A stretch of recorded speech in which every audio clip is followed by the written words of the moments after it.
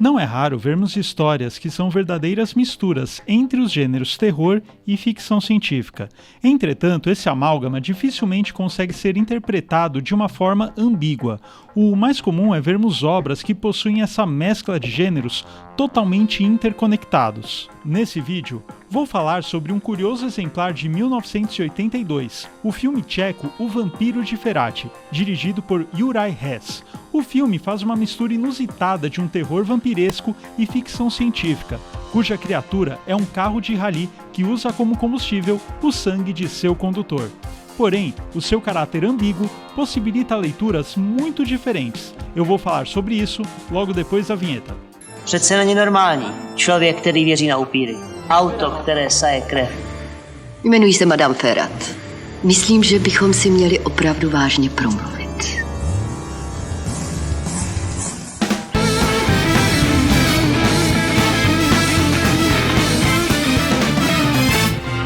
Bom, e rapidinho, antes de falarmos sobre o filme, não esquece de deixar aquele like e se inscrever no canal, que isso ajuda muito o Formiga Elétrica a crescer aqui no YouTube e levar esse tipo de conteúdo para mais pessoas, beleza? Então, vamos pro tema desse vídeo.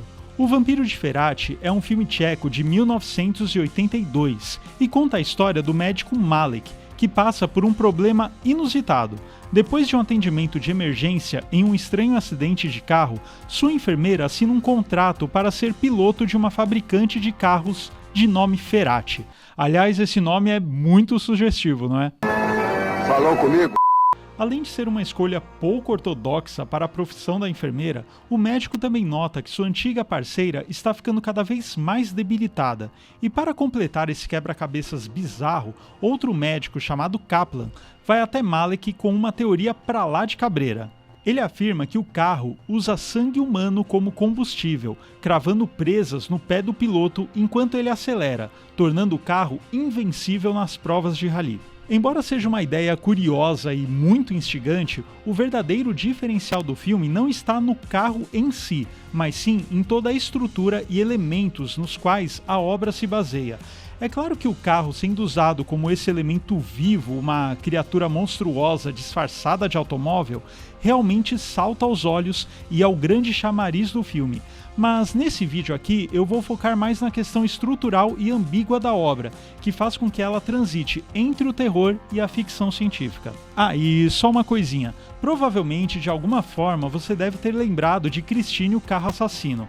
Bom, tanto o filme do John Carpenter quanto o romance do Stephen King são de 1983. O Vampiro de Ferati é de 82, então ele é anterior ao filme clássico do Cinema em Casa e à sua obra origem, que é o romance do King. E só mais uma curiosidade, o carro utilizado no filme, ele é um protótipo de um modelo de carro esportivo, o Skoda 110 Super Sport, da Skoda Auto, que não chegou a ser lançado.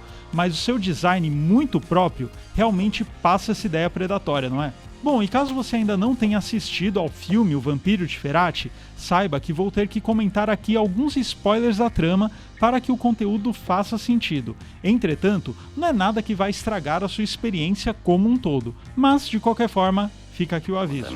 A náš Ferrat má skutečně směšně malou spotřebu. O Vampiro de Ferati possui a estrutura típica de um filme de terror vampiresco, iniciando com os eventos estranhos, seguido de uma investigação das causas, a apresentação do clã dos vampiros e a comprovação da origem desse mal. Mas, além dessa estrutura básica, nós temos também vários análogos a clássicos da literatura vampiresca, como o próprio Dr. Kaplan, que aqui no filme ele é uma espécie de Van Helsing do Drácula de Bram Stoker. É um personagem que é um verdadeiro análogo a esse clássico do Bram Stoker.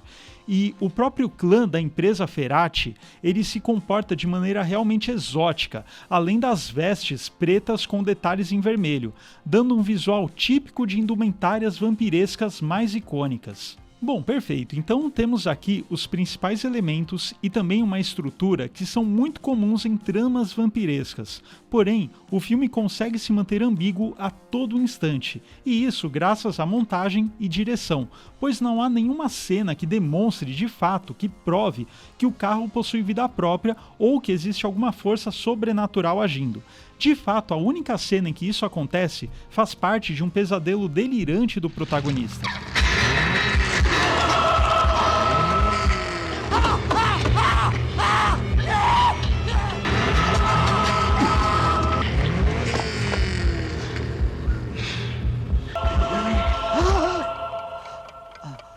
seja, não necessariamente o carro se alimenta de sangue por desejar isso.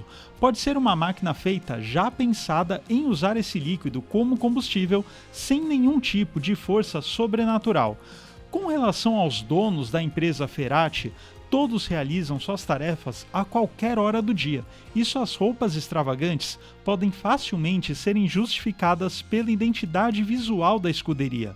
Então temos aqui um filme que segue rigorosamente os aspectos mais comuns em histórias de vampiros, tanto em sua estrutura quanto em diversos de seus elementos. Entretanto, essa ambiguidade na trama traz esse aspecto de ficção científica de forma muito interessante, pois podemos ter duas interpretações muito diferentes entre si. Em uma delas, temos um filme de terror com um carro vampiro. Em outra, temos um filme sobre uma tecnologia nova de um carro extremamente econômico, cujo preço é o sangue de quem o dirige.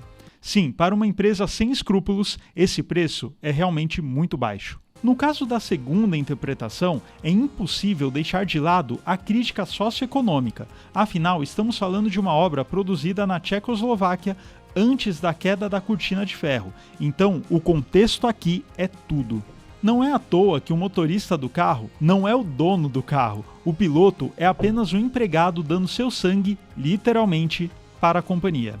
No final, é revelado que há muitas empresas automobilísticas de vários países que estão interessadas em comprar os carros da Ferrati justamente por conta de seu custo-benefício, independente dos malefícios reconhecidos que o carro possui. Ou seja, mão de obra barata em condições subhumanas, trabalhando para uma empresa cujos lucros crescem exponencialmente. To je krev. Já se vám divím, doktore. V tom voze se zabil člověk. Je přece logické, že se najdou zbytky krve. Motoru, že?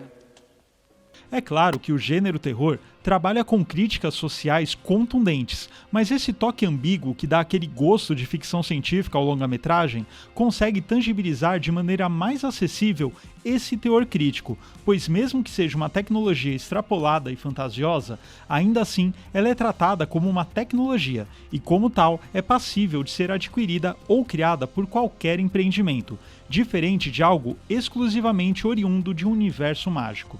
Bom, trocando em miúdos, essa fronteira entre o puro terror e a ficção científica em O Vampiro de Ferrati nos abrem duas possibilidades interpretativas. A maior ironia é que o cenário da ficção científica torna essa história muito mais aterrorizante do que se fosse puro terror.